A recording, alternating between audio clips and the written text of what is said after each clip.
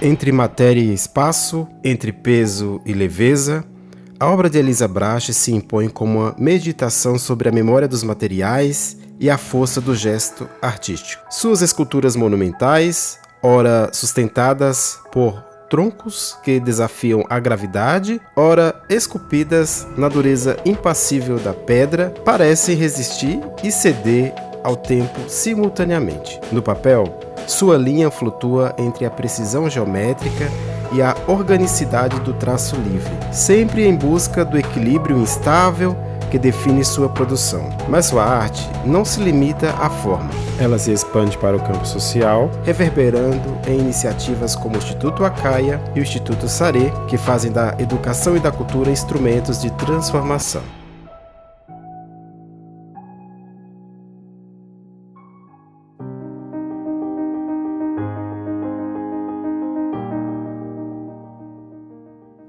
Hoje, recebemos Elisa Brache no Clube de Gravadores no YouTube para uma conversa sobre sua trajetória, sua investigação, sua visão da arte e sua atuação em prol da comunidade. Elisa, como surgiu sua conexão com a arte e o que a levou a escolher a gravura como meio inicial de expressão?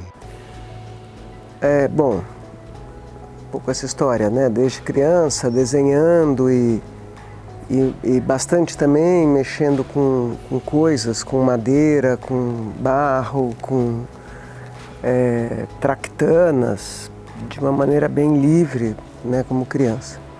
Eu estudei artes na FAAP e a FAAP foi muito incrível para mim, alguns professores específicos, mas principalmente o espaço dos ateliês. Ela, não sei como está lá hoje, mas a gente tinha muita liberdade de usar todos os espaços. Era uma coisa realmente, era muito incrível. Eu tive aula com o Cláudio Mubarak de gravura, que foi uma influência grande. Não só uma influência, como uma pessoa muito importante mesmo para o meu trabalho, até hoje, não é? Nessa época, eu fui fazer um estágio em publicidade numa agência que já não existe mais e eu me apaixonei pela gráfica. Eu fui fazer um estágio, aquele estágio que você passa por tudo. Eles estavam imprimindo uma revista, que era uma revista da Pirelli, e uma excelência gráfica absurda, uma coisa para a época muito especial. E eu fui para a gráfica e me apaixonei pela gráfica. Fiquei pensando como que eu posso continuar e entender mais aprofundadamente sobre gráfica. Fiz vários estágios e cheguei num ponto que era assim, ou eu ia fazer uma escola técnica de gráfica, eu estava na FAP, de gráfica, ou eu ia me enfurnar na gravura, que é, na verdade, o princípio da gráfica, né? E eu fui então fazer gravura. Eu já estava na FAP e bem nesse momento eu tive aula com o Cláudio de gravura em metal, que abriu todos os horizontes para mim. Eu acho que porque o que me interessa na gravura é essa marca que você deixa, a incisão que se faz, né? O tirar o material, mesmo na gravura em metal, eu sempre tive uma atuação muito forte, mesmo na ponta seca, né, fazer traços muito profundos. Depois usei ácido nítrico para ter uma coisa mais profunda ainda. E no fim acabei usando ferramentas mesmo, esmerilhadeira, máquinas mesmo, muito mais de oficinas do que de ateliê. E, aliás, essa é uma coisa que eu gosto muito, que é essa pluralidade de ferramentas que você tem e de como a gente vai, aos poucos, escolhendo e construindo os nossos padrões técnicos, né? Foi mais ou menos isso, assim. E o que o Cláudio me deu, acho que de muito interessante, foi acho que essa concepção, né, da gravura como uma marca, como uma incisão gestual.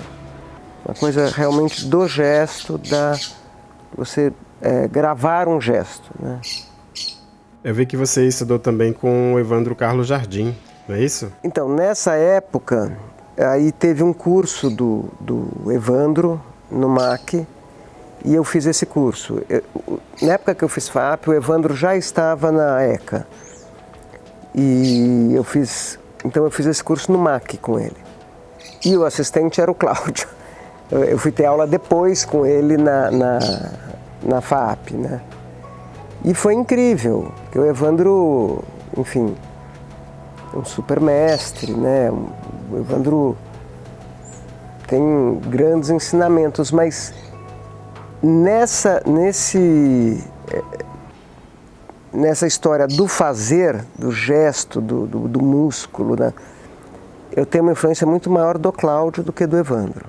Seu trabalho percorre diferentes linguagens: desenho, gravura, escultura, fotografia e até audiovisual.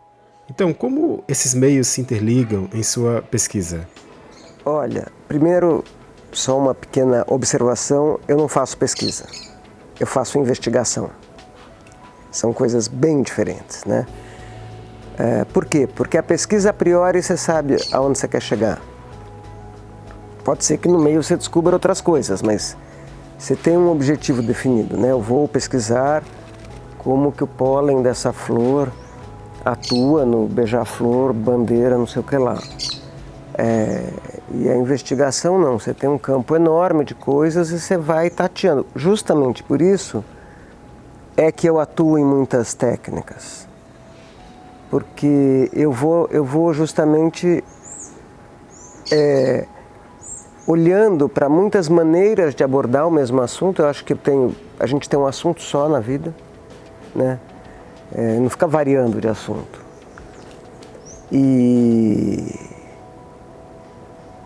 Às vezes eu faço escultura, às vezes eu faço gravura, eu faço desenho, eu faço, de uma certa maneira, pintura, audiovisual, escultura. Na verdade, tentando, em cada uma das técnicas, cada vez buscar mais precisão naquilo que eu estou querendo ver. Seu trabalho lida com materiais que carregam tempo e memória. Madeira envelhecida, pedras resistentes, metais que oxidam. Então, como se dá essa escolha de materiais? Olha, nisso eu variei bastante e eu acho que vou começar um pouco, né, lá do início para tentar ficar mais claro. Eu comecei fazendo gravura e é claro, como todo curso de gravura, as pessoas explicam as técnicas mais tradicionais. Então se ensinava que você polia a chapa e que então você conseguia o branco, a chapa de cobre. E claro que no começo eu fiz isso até que eu descobri que vinha nas impressões, mesmo eu polindo, uma série de marcas do cobre, da chapa que estava comigo. E eu gostava daquilo principalmente, eu acho, porque eu não gosto de nada asséptico. Uma coisa que me dá muita aflição, as coisas assépticas. Então, né, essa ideia de que eu tenho um domínio completo sobre um material e sobre uma técnica e que nada influencia, a não ser o meu próprio gesto e a minha vivência, é uma coisa que não me agrada. Então isso na gravura foi assim, até que, enfim, coisas mais radicais, né? E na escultura eu comecei fazendo esculturas, as primeiras esculturas que eu fiz foram de cobre. Eram uns cobres, uns tarugos de cobre compridos que eu, com um maçarico, ia queimando e fazendo umas marcas. Eles eram bem finos e aí eu fui tendo o desejo de ter mais estabilidade, daí que eu fui para madeira. Então eu tinha madeiras, e naquela época eu tinha acesso a madeiras que já tinham sido usadas, principalmente em construções, de um lugar onde eu passei a infância praticamente. Então aquilo era muito rico para mim. Aquilo era muito um pedaço. Se o que eu estava era buscando alguma coisa de mim mesma que eu não compreendia direito, ali já tinha um monte de coisa minha, né? Ou do meu ambiente. Depois teve um período em que eu falei, não, agora eu quero trabalhar só com madeira sem história, vamos dizer assim, o que não existe, né? Mas junto com isso veio a monumentalidade, que eu já tinha na gravura, né? As primeiras gravuras que eu expus, elas tinham 3 metros, 4 metros e meio de comprimento, né? Então essa monumentalidade ela já existia e eu trouxe para a escultura. Foi quando eu fiz as grandes esculturas com as grandes toras de madeira e depois disso eu comecei a ter um trabalho mais menos como é que é a palavra? Menos limpo, no sentido de vou escolher um material só, ou vou ter uma inserção só, então eu passei um período experimentando muitas coisas, experimentando pedra, experimentando pintura, montagens menores com madeira, algumas coisas de vidro com pedra, algumas coisas só de vidro. Eu abri um pouco o leque em termos de ferramentas, né, e de suportes. Enfim, foi um pouco por aí. O jogo entre forças opostas, equilíbrio e estabilidade, peso e leveza, é um aspecto central em sua obra. Como essa dualidade surge em seu processo criativo? Bom, um não existe sem o outro, né? Então falar de peso sem falar de leveza não vale nada, porque é relativo. Eu tenho uma insistência, e aí por uma história pessoal, em buscar o equilíbrio. Depois de muito tempo trabalhando com isso, me dei conta que não existe o equilíbrio, na verdade, né? E eu me dei conta caminhando, porque você está caminhando, você tira um pé e põe um pé, tira o outro pé e põe outro pé. Toda vez que você tira um pé, você está em desequilíbrio. Então, praticamente nunca você está em equilíbrio. A gente está quando a gente está sentado, mas se você está em movimento, não existe equilíbrio, praticamente. Isso é uma coisa que me fascina muito. E outra coisa que eu percebi, e me deu muito prazer perceber isso, é que para você conquistar o equilíbrio, você precisa de peso, né? A ideia de que, não, mais leve se equilibra melhor, não é verdadeira, né? A gente viu aqui, você precisa pôr um peso para a luz se equilibrar, né? Então e essas coisas eu fui sempre percebendo né, sei lá, você pode falar que são conceitos ou que são o jeito que você quiser falar. Eu fui percebendo, primeiro fazendo, construindo e reparando muito na minha massa corpórea no ambiente. Porque eu acho assim, né, essa coisa, por exemplo, eu comecei a fazer as gravuras grandes, eram gravuras essas enormes que eu fazia. Quando eu comecei, eu fazia em chapas de 1,20 por 60, que eram as chapas tradicionais do mercado e que cabiam na prensa, em prensas tradicionais de centro cultural, de museu, que era onde eu fazia meu trabalho.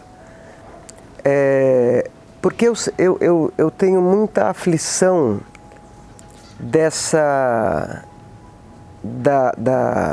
dominância do corpo humano sobre a obra. Entende? Então a minha vontade sempre...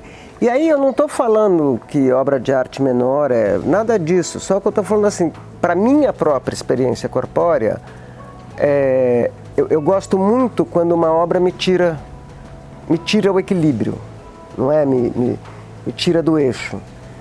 Uma história, a gente tem tempo? Tem uma história muito bonitinha que eu acho linda essa história. Quando eu montei, a primeira vez que eu montei as esculturas de grande escala, foi na Pinacoteca do Estado. Na época, acho que ainda é hoje, né? Tinha uma grade assim, para o estacionamento, da calçada para o estacionamento. E eu estava ali montando, eu sempre montava de madrugada, por conta de caminhão, Munk, essa coisa toda. E estava ali, tinha acabado de montar, era umas, sei lá, 6 horas, assim, amanhecendo o dia, então aquela luz bonita, e vinha vindo pela rua, pela calçada, eu estava do lado de dentro da grade. E tinha uma escultura na calçada.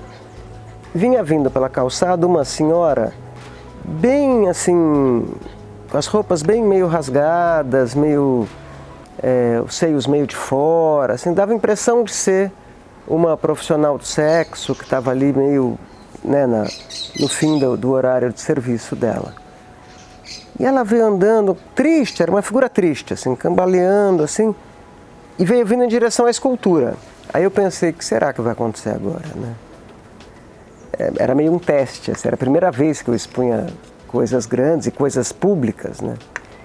E ela, de repente, ela levantou o olho, deu um grito, começou a rir e abraçava a escultura, assim. E eu fiquei ali na grade olhando, meio admirada, meio... E ela falou, um pouco assim, foi você que fez isso aqui? Eu falei, fui eu que fiz. Então isso aqui você sabe, veio lá de fora do Brasil.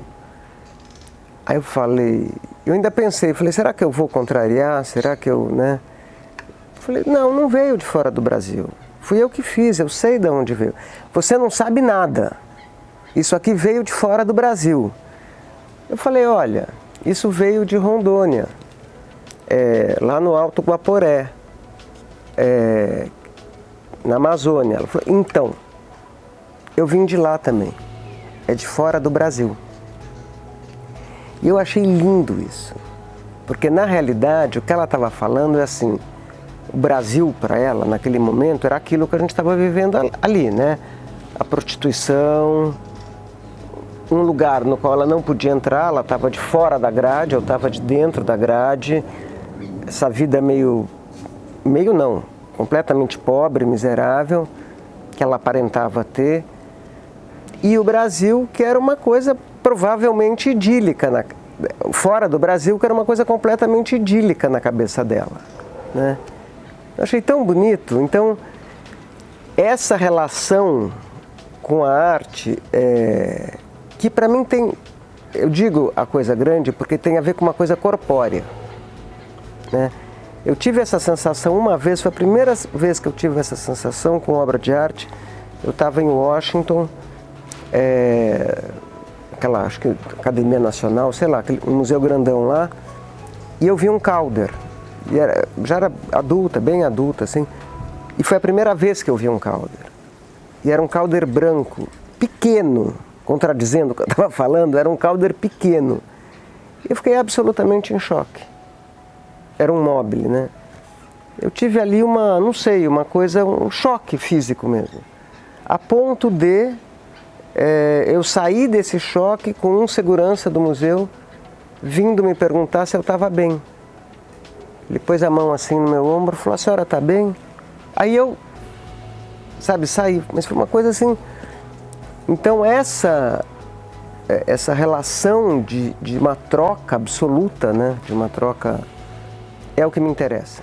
Olha só, agora me lembrei de quando dizem que algumas pessoas chegam a se emocionar ao ver o Davi de Michelangelo. O Michelangelo tem uma coisa que eu gosto demais, que são os não finitos, né? Os não acabados. E tem toda uma discussão se ele acabou ou não acabou, né? Se ele deixou inconcluso ou se ele morreu antes de concluir. Mas o que eu acho lindo naquilo é assim, você pensando na massa da escultura, em alguns eu acho que mais da metade da massa é in natura, é a pedra in natura, né? Não tem atuação do homem, ou tem muito pouco. Então, isso, sabe, de você enquanto artista se colocar, né, viver embrenhado com a matéria que você usa, eu acho muito bonito, sabe? Você realmente, eu acho assim, a resultante dos meus trabalhos, hoje em dia independe do meio, porque a própria gravura que eu faço é mais ou menos assim. O resultado, né, quer dizer, a obra lá, o pedaço de papel, as madeiras, ou qualquer coisa que seja, ela é resultante da minha interação com a resistência do material. É um pouco o que o Michelangelo falava, né, ali. Mas é assim, eu sei que o material fala e eu sei que o material me dá limites. Então, se eu costumo pintar muito em papel arroz, né? Eu sei que tem um limite que eu não posso ultrapassar. E eu já aprendi esse limite. Claro que eu perdi um monte de papel de trabalho, mas eu aprendi. A madeira, e aí a madeira, quando você vai para a escultura, tem um outro fator. Tem o fator da densidade do material, mas tem o fator da minha força. Né? Então, se eu for trabalhar numa cabreúva, por exemplo, que é uma madeira dura, numa escala grande, eu vou ter que chamar alguém para me ajudar. Né? Se eu for trabalhar com eucalipto, nunca trabalhei, aliás, trabalhei uma vez com eucalipto, ou qualquer outra madeira mais mole, menos densa, eu posso atuar. Né? Com pedra, por exemplo, eu não posso, a não ser em coisas muito pequenas. Porque e uma das coisas que eu acho mais interessantes na construção de um trabalho de arte é você entender as limitações. Essa coisa do o artista livre, o artista faz o que quer, não é verdade. Primeiro, porque o artista carrega ele mesmo o tempo inteiro, né? Eu costumo brincar, a Ana, minha esposa, que ela fala uma frase da Mafalda que eu acho sensacional, que é uma frase que fala assim: justo a mim coube ser eu mesma. Eu vou ter que carregar esse negócio até o final da vida, não tem jeito, então eu não estou livre, né? E você não está livre porque você, sei lá, quem trabalha com gravuras menores tem a limitação do toque, né, da escavação na chapa ou na madeira, do ácido, tem todas as limitações. E eu acho isso, assim, eu acho que o resultado do trabalho é a boa interação, sabe, entre tudo isso. É o bom relacionamento ou o mau relacionamento. De repente, tem uma obra incrível que é fruto de um mau relacionamento. Percebemos que o seu trabalho em gravura tem uma ênfase no metal. Você chegou a explorar outros materiais? Olha, eu fiz o que eu fiz na faculdade, eu fiz várias coisas, né? Eu faço um pouquinho de estilo e é uma grande frustração, porque eu adoro madeira e eu não sinto que eu tenho habilidade suficiente, eu não desenvolvi habilidade suficiente para lidar com a madeira enquanto suporte de gravura, mas é uma coisa que eu acho que eu gostaria de ainda conquistar. Suas esculturas monumentais dialogam com a paisagem urbana e natural. Como você enxerga a relação entre obra e espaço? Olha, eu acho o seguinte, bom, de maneira geral, não é? A obra vai sempre, a leitura sobre a obra vai estar sempre determinada pela relação que ela faz com o espaço, boa ou ruim. Né? A gente tem 1000 exemplos disso na história da arte. Na paisagem urbana você tem um fator, não é que você não tenha na paisagem campestre, sei lá, que é o fator atuação humana. Né? Então, as várias vezes que eu pus obra em espaço público, vem sempre essa questão, mas vão vandalizar, mas vão escrever o nome, vão pichar, vão... Estranhamente, pouquíssimas vezes isso aconteceu com a minha obra. E eu acho que é assim, a partir do momento em que você pôs uma obra num espaço público, a obra é do espaço público. Você tem que estar sujeito, você tem que aceitar, né, que a obra está sujeita às intempéries. Da mesma maneira que ela está sujeita a uma super chuva, a um vento, uma chuva de granizo, ela está sujeita às pessoas, aos animais, né? Então,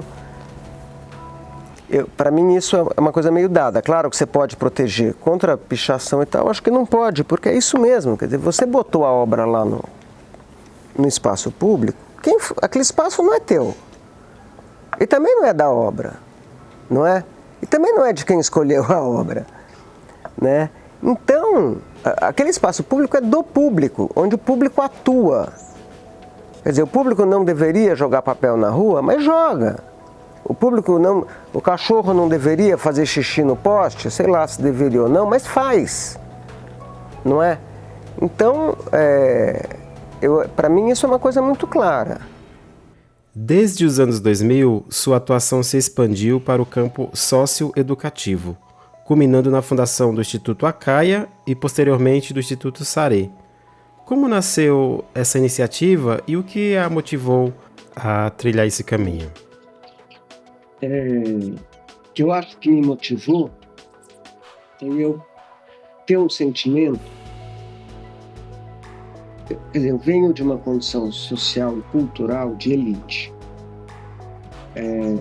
Então, a cultura que eu tenho é uma cultura de elite. E eu sinto até hoje, sentia mais, mas sinto até hoje um empobrecimento muito grande desse campo cultural. Quando eu era pequena e no começo da vida adulta, eu sentia muito mais esse empobrecimento. E eu queria muito entender o que era a cultura para além desse campo socioeconômico em que eu vivia. Foi por isso que eu fiz o Instituto Acaia. Por isso que eu fiz o Instituto Acaia, não. Foi por isso que eu abri o meu ateliê para as crianças. E a historinha, né, bonitinha que aconteceu, não é uma lenda, não aconteceu de verdade. É que eu estava no meu ateliê, eu já fazia coisas muito grandes, então eu precisava de um lugar onde eu pudesse mexer com o lugar. Acabei comprando um terreno na Vila Leopoldina, perto do Ceasa, onde naquela época não tinha nenhum prédio. E eu estava ali no meu ateliê com meu filho, que tinha 1 ano e pouquinho na época, por 2 anos, saindo de carro, descendo a avenida, a rua assim, né, para entrar na avenida. E eu vi na avenida uma roda de capoeira bonita, com uma porção de jovens. Eu falei, olha, Paulo, uma roda de capoeira, vamos lá ver? Parei o carro, tirei o Paulo da cadeirinha e a gente foi. Na hora que a gente atravessou a rua e chegou perto da roda de capoeira, eles olharam pra gente e imediatamente pararam e foram embora. Imediatamente. Assim, ostensivamente. E Paulo falou, puxa, mãe, eles não gostaram de mim. E eu falei, não tem nada a ver com isso, né? Parar. Eu não sei por que eles pararam, mas certamente não é porque eles não gostaram de você. E aí eu entrei no carro, evidentemente brava e chateada e triste. E aí me veio uma frase na cabeça que era assim, se eu não posso ir lá, eu vou abrir o meu portão para que eles venham cá. E é assim que começou. Então, a gente começou recebendo 7 crianças, 5 crianças, às quartas-feiras, para fazer pintura. Eu tinha já eu não tinha nenhuma marcenaria, eu tinha uma serra circular. E dividia o espaço com um marceneiro mais velho, assim. E então elas faziam, e dava para fazer ali com os materiais que a gente tinha. A coisa foi crescendo, e hoje é o Ateliê Escola Acaia, parte do Instituto Acaia. O Sarê, ele nasce bem depois, né? Ele é recente. Ele nasce porque a gente, no Ateliê Escola Acaia, a gente acabou desenvolvendo um método e conceitos de educação para as periferias, para quem mora nas periferias. E hoje em dia, já naquela época, quando eu inaugurei o Sarê, o que a gente precisava e continua precisando são formas de divulgar e implantar esse método em outros lugares. O nosso Sarê nasce para isso e obviamente, também é um lugar de fazer cultura, de fazer coisas, né?